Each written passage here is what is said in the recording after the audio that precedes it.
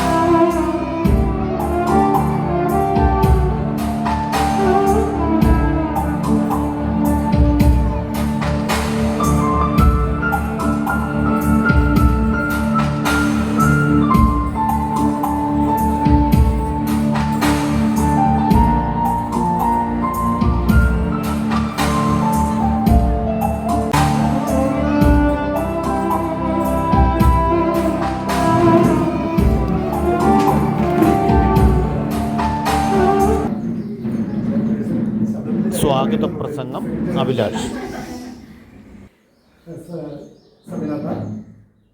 പിന്നെ ആൻജേട്ടൻ, മറ്റു കൗൺസിലേഴ്സ് യൂസേട്ടൻ,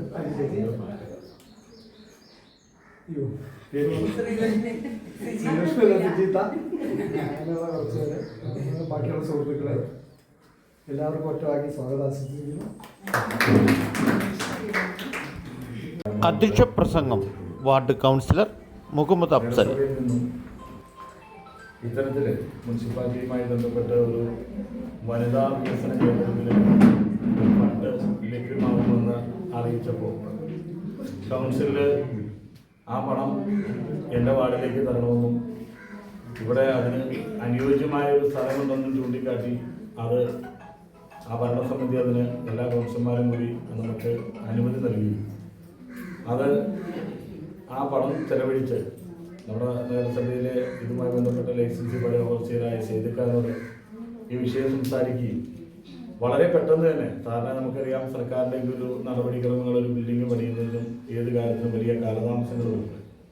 പക്ഷേ സേതുവിനെ ഈ ഇതുമായി ബന്ധപ്പെട്ട് വിളിച്ച് സംസാരിച്ച് ഏൽപ്പിച്ചു കഴിഞ്ഞപ്പോൾ വളരെ വലിയ വേഗത്തിൽ തന്നെ കുറ്റമറ്റ രീതിയിൽ നമുക്ക് ഇത്തരത്തിലൊരു ബിൽഡിംഗ് ഇവിടെ പണിത് തരുവാൻ അദ്ദേഹത്തിന് സാധിച്ചു. നഗരസഭയിലെ ഓവർസിയറായിട്ട് നിന്നിട്ടുള്ള നിങ്ങൾക്ക് സ്വാഗതം പറഞ്ഞ പ്രിയപ്പെട്ട അഭിലാഷ് ഉൾപ്പെടെയുള്ളവർ മറ്റ് ഉദ്യോഗസ്ഥരുടെ തരത്തിലുള്ള വലിയ സഹായങ്ങൾ ഉള്ളതുകൊണ്ടാണ് ഘട്ടങ്ങളിൽ അവർക്ക് വരുന്ന ഏതൊരു ആവശ്യങ്ങൾക്കും സൗജന്യമായിട്ട് അവർക്ക് ഉപയോഗിക്കാവുന്ന തരത്തിലേക്കുള്ള ഒരു ദീർഘവീക്ഷണത്തിൻ്റെ അടിസ്ഥാനത്തിലാണ് നമ്മൾ ഇത്തരത്തിലൊരു കെട്ടിടം കൂടെ പണി കഴിപ്പിച്ചത്.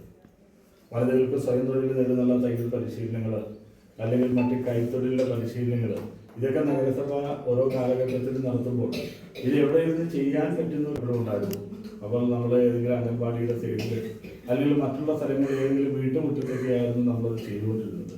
നഗരസഭ വിദ്യാഭ്യാസ standing committee chairperson PG Rajasekharan, കൗൺസിലർമാരായ ശ്രീലക്ഷ്മി സുദീപ്, ജോസ് മഠത്തിൽ, സിജി റഷീദ്, കവിത അജയ്, മറ്റു മുനിസിപ്പൽ ഉദ്യോഗസ്ഥർ ഈ ഉദ്ഘാടന വേളയിൽ പങ്കെടുത്തു.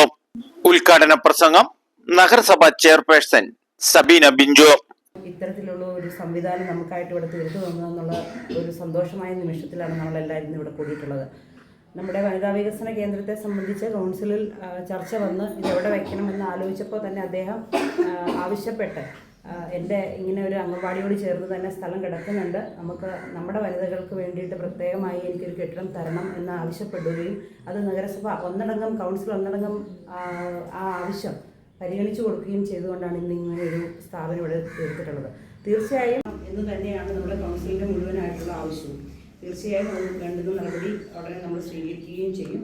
വനിതകൾക്ക് ഏറ്റവും പ്രയോജനപ്രദമാകുന്ന തരത്തിൽ വന്ന് അവരുടെ കുടുംബശ്രീയുമായി ബന്ധപ്പെട്ട് നമുക്കറിയാം, ഇന്ന് നമ്മുടെ ജീവിത വരുമാനം വളരെയേറെ വർദ്ധിച്ച ഈ സാഹചര്യത്തിൽ നമുക്ക് വനിതകൾക്ക് കൂടി ഒരു വരുമാന മാർഗം ഉണ്ടെങ്കിലേ ഇന്ന് നമ്മുടെ എല്ലാവരുടെയും കുടുംബം കഴിഞ്ഞു പോകും. രീതിയിൽ മനോഹരമായ രീതിയിൽ ഏറ്റവും പെട്ടെന്ന് നമുക്ക് പണി നിർമ്മിച്ചു തന്ന ആഗ്രഹം ചെയ്തതായി അറിയിച്ചു നൽകുന്നു.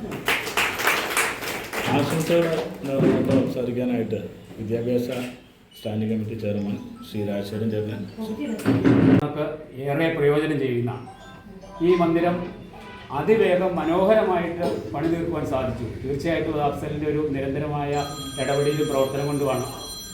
നമുക്കറിയാം, നഗരസഭയിലെ ഒരു ചെറിയ പണി പോലും പലതരത്തിലുള്ള കാലതാമസങ്ങൾ, അതിൻ്റെ നടപടിക്രമങ്ങൾ നീണ്ടുപോവുകയും പലപ്പോഴും മാസങ്ങളും വർഷങ്ങളും ഒക്കെ എടുത്താണ് തീരണമെങ്കിൽ ഇത് വളരെ വേഗത്തിൽ തന്നെ തീർക്കുവാനും അത് ഈ പ്രദേശത്തുള്ള സഹോദരിമാർക്ക് വളരെയധികം പ്രയോജനപ്പെടുവാനും സാധിക്കും. തീർച്ചയായിട്ടും നിങ്ങൾക്ക് ഭാവിയിൽ ഇതുകൊണ്ട് എന്തെങ്കിലുമൊക്കെ ഗുണമുണ്ടാകട്ടെ എന്ന് ആത്മാർത്ഥമായിട്ട് ആശംസിക്കുന്നു. ക്ലിയർ ചെയ്ത് വീട്ടിലെ സഹോദരിമാർക്ക്, കുട്ടികൾക്ക് വൈകുന്നേരങ്ങളിൽ സൊറവടിക്കുന്നതിന് വിശ്രമിക്കുന്നതിന് വേണ്ടി ചെറിയ പാർക്ക് ഉണ്ടാകാൻ വേണ്ടി ആഗ്രഹമുണ്ട്. ഞാനത് അച്ഛന് പറഞ്ഞിട്ടുണ്ട്, അത് നടപടി ഉണ്ടാകും ഞാൻ ഉദ്ദേശിക്കുന്നു.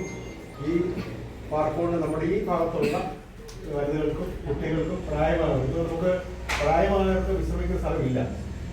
വീണ്ടും ഇതിൻ്റെ സമീപ പ്രദേശം വികസനത്തിൻ്റെ പാതയിലാണെന്ന് അറിയിച്ചതുകൊണ്ട് പൊതുജനങ്ങളും കൗൺസിലർമാരും വളരെ സന്തോഷത്തിലാണ്. നാട്ടുരാജ്യ ന്യൂസിനു വേണ്ടി ക്യാമറ ആൻഡ് റിപ്പോർട്ടിംഗ് തൊടുപുഴയിൽ നിന്നും KK വിജയൻ.